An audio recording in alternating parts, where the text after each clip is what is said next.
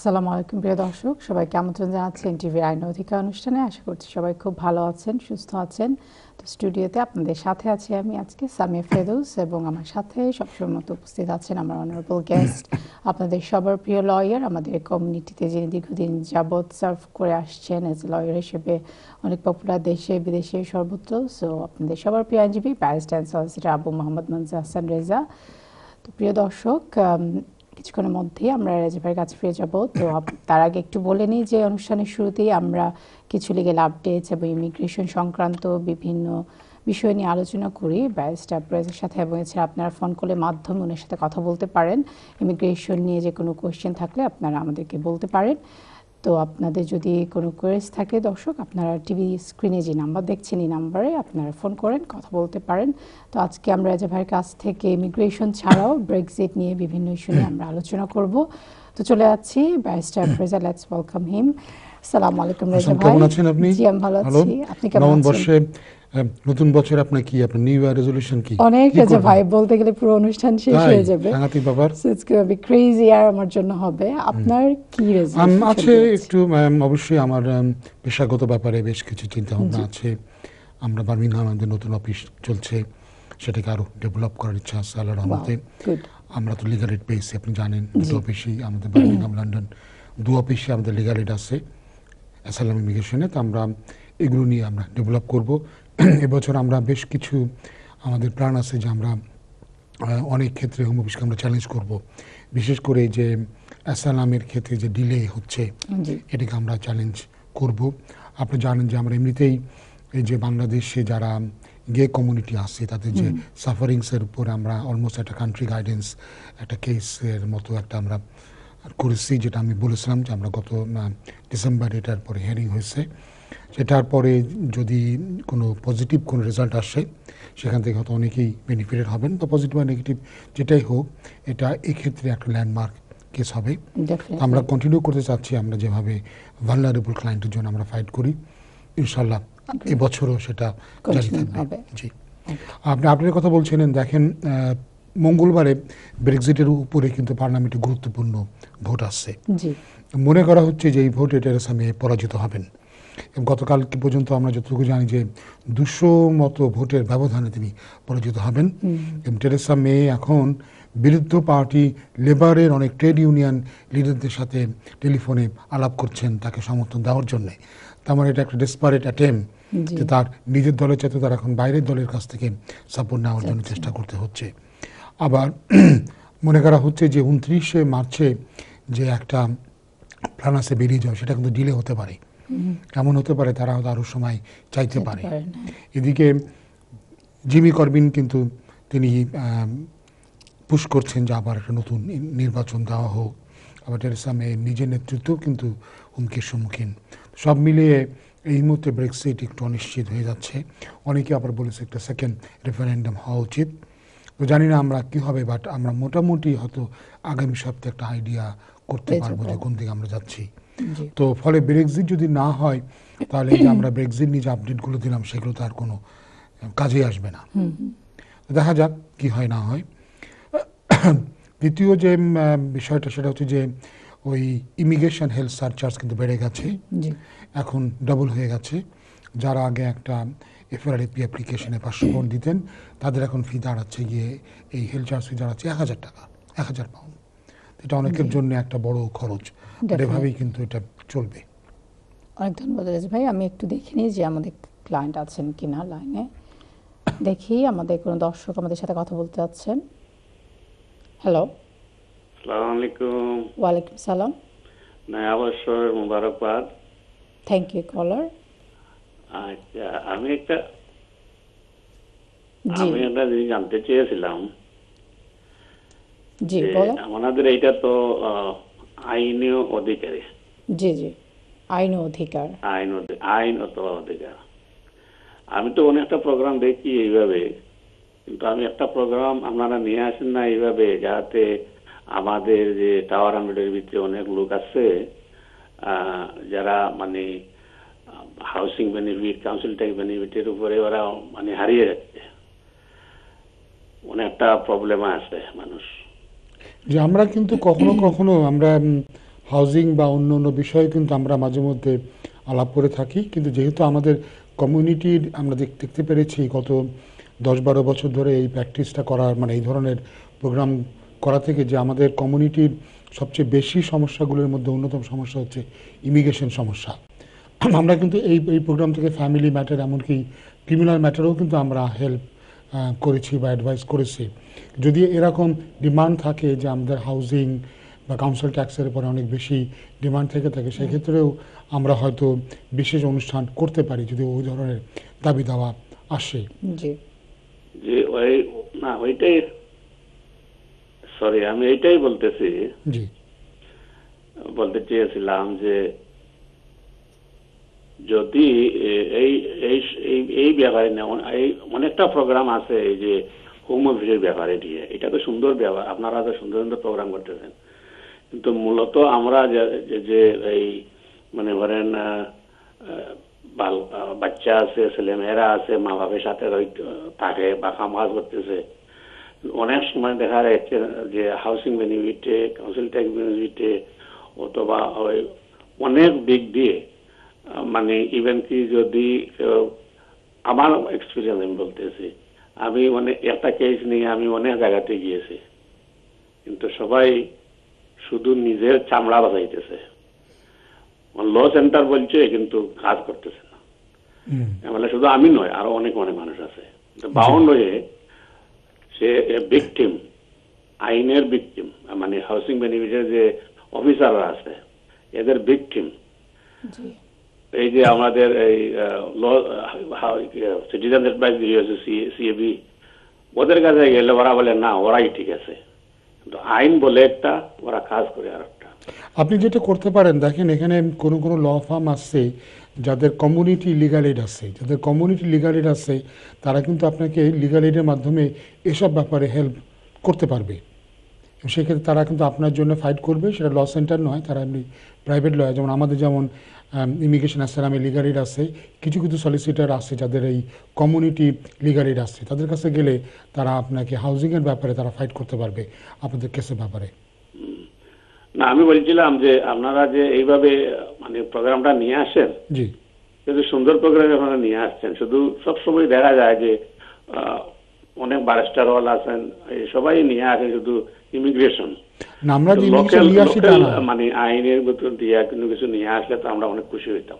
জি না, আমরা ঠিক এটাকে ফাইটিং করতে পারতাম। যে আমরা ঠিক যে নিয়ে আসি তা না, যেহেতু অধিকাংশ দর্শকের চাহিদা এটা। আপনারা যদি এরকম প্রশ্ন করেন বা আমাদেরকে আপনি ইমেল করেন, ইমেল করে বলেন যে এই এরিয়াতে আমাদের প্রশ্ন আছে, তো আমরা নিশ্চয়ই পরবর্তী অনুষ্ঠানে আপনার ওই প্রশ্নের জবাবগুলো আমরা দেব। আমাদের একটা ইমেল অ্যাড্রেস আছে না? জি জি, আমাদেরকে যদি আপনি ইমেল করেন করে বলেন যে আমার এই স্পেসিফিক একটা প্রশ্ন আছে, তাহলে আমরা নিশ্চয়ই পরবর্তী যে কোনো অনুষ্ঠানে আমরা ওইটা নিয়ে আলোচনা করতে পারবো, আমাদের কোনো অসুবিধা নাই। আর ইমিগ্রেশনটা আমাদের কমিউনিটি একটা বিশাল অংশ জুড়ে রয়েছে, তো এই জন্য আমরা ওখানেই ফোকাস করি, বাট আপনার অন্য আদার কোয়েশ্চেন থাকলে আপনি করতে পারবেন। আচ্ছা আচ্ছা, ধন্যবাদ। থ্যাংক ইউ কলার, আপনার অনেক মূল্যবান কিছু আমাদেরকে আইডিয়া দিলেন, তো আমাদের সাথে থাকার জন্য অনেক ধন্যবাদ। চলে যাচ্ছি নেক্সট কলারের কাছে। হ্যালো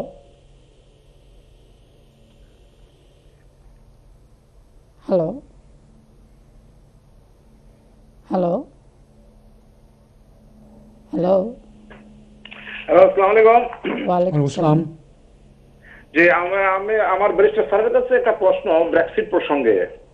ওকে, জি বলেন, শুনতে পাচ্ছেন। জি, আগামী 29শে মার্চের ভিতর কেউ যদি ইউ কান্ট্রি থেকে আসে তাহলে সে কি কাজের রাইট সহ কাজ করতে পারবে কি না আর কি? জি, যেটা হবে কি ভাইয়া, যেটা আমরা এর আগেও আমরা বলেছি যে তাদের জন্য আপনি যদি কাট অফ পয়েন্টটা হচ্ছে 31শে ডিসেম্বর 2020, জি ঠিক আছে?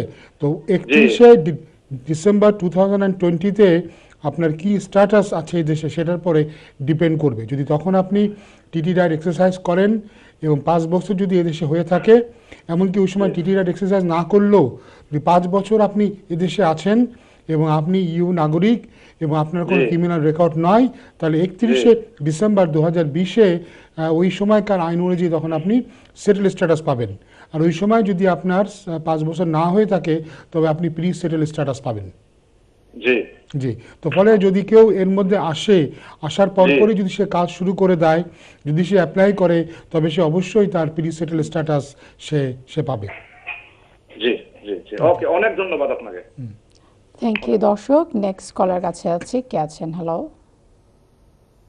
আচ্ছা, ঠিক আমরা কলারকে হারিয়ে ফেলেছি। তো আমরা আবার ফিরে যাচ্ছি রাজভাইয়ের কাছে, যে ব্রেক্সিটটা আমাদের মানে অনেক কলারাই তো ক্লায়েন্টরা আমাদের কাছে কোয়েশ্চেন নিয়ে আসেন যে কিভাবে ওনাদের ইমিগ্রেশন এটা স্পেশালি। হ্যাঁ, আমরা তো আসলে এটা নিয়ে বেশ কয়েকটা প্রোগ্রামে আমরা আলোচনা করেছি, এবং এটার পরে ইমিগ্রেশনের রুলে তারা একটা নতুন একটা অ্যাপেন্ডিক্স ইউ তারা কিন্তু খুলেছে, সেখানে সবগুলি বিশদভাবে বলা আছে, এবং এটা অনেক জেনারেস একটা প্যাকেজ দিয়েছে, যেটা সাধারণত এই গভর্নমেন্টের কাছ থেকে আশা করা যায় না। যেখানে আমি বললাম যে আপনি একটু ইন্টারাপ্ট করছি, আমাদের কলার ব্যাক করেছেন, দেখি কে আছেন আমাদের সাথে এখন। হ্যালো হ্যালো হ্যালো, আসসালামু আলাইকুম। হ্যালো হ্যালো হ্যালো, কলার আমরা ড্রপ করেছি কলারকে, রাইট? হ্যালো,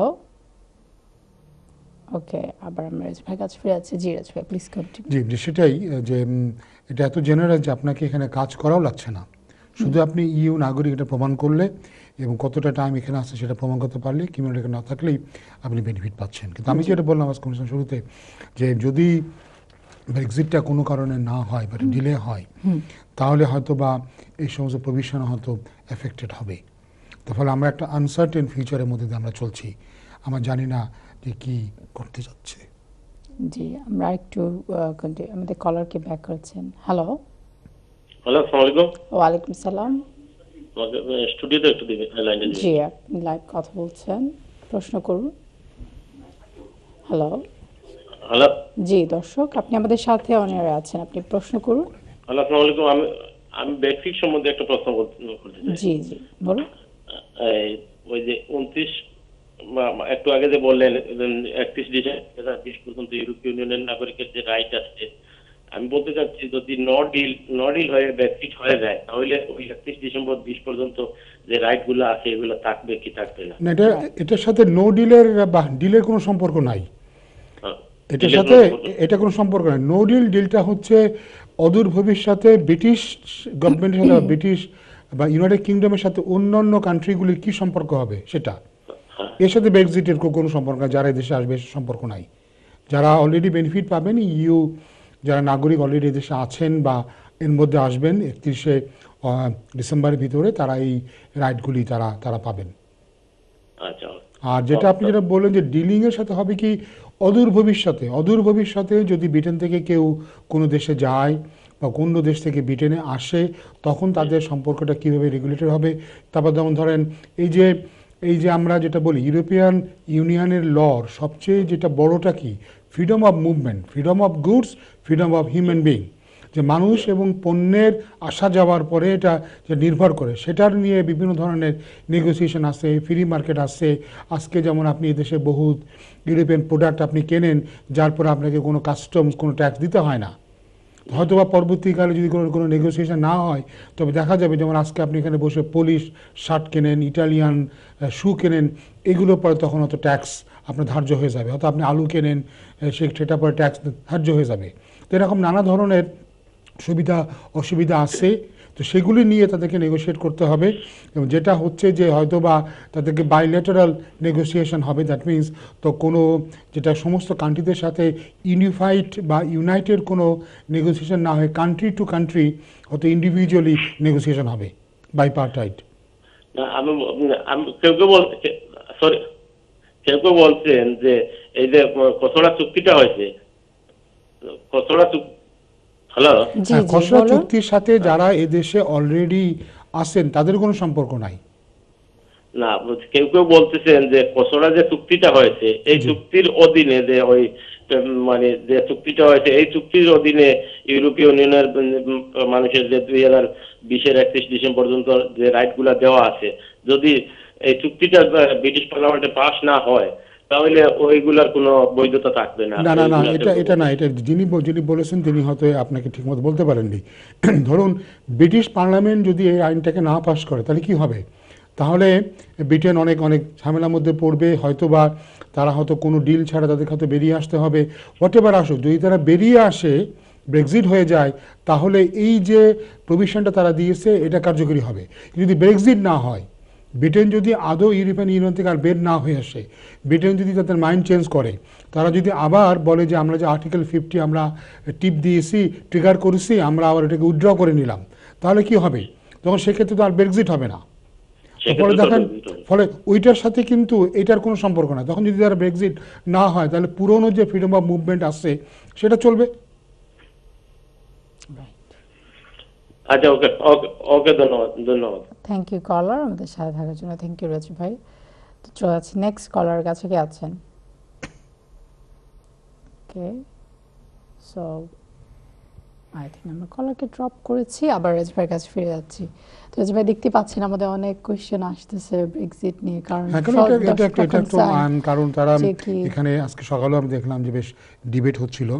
অনেকে বলে না, আবার আমাদের আরেকটা রেফারেন্ডাম হওয়া উচিত, কারণ যখন আমরা ভোট দিয়েছিলাম ব্রেক্সিটের পক্ষে, তখন আমরা আসলে অনেক ফ্যাক্টস অ্যান্ড ফিগার সম্পর্কে আমাদের আইডিয়া ছিল না।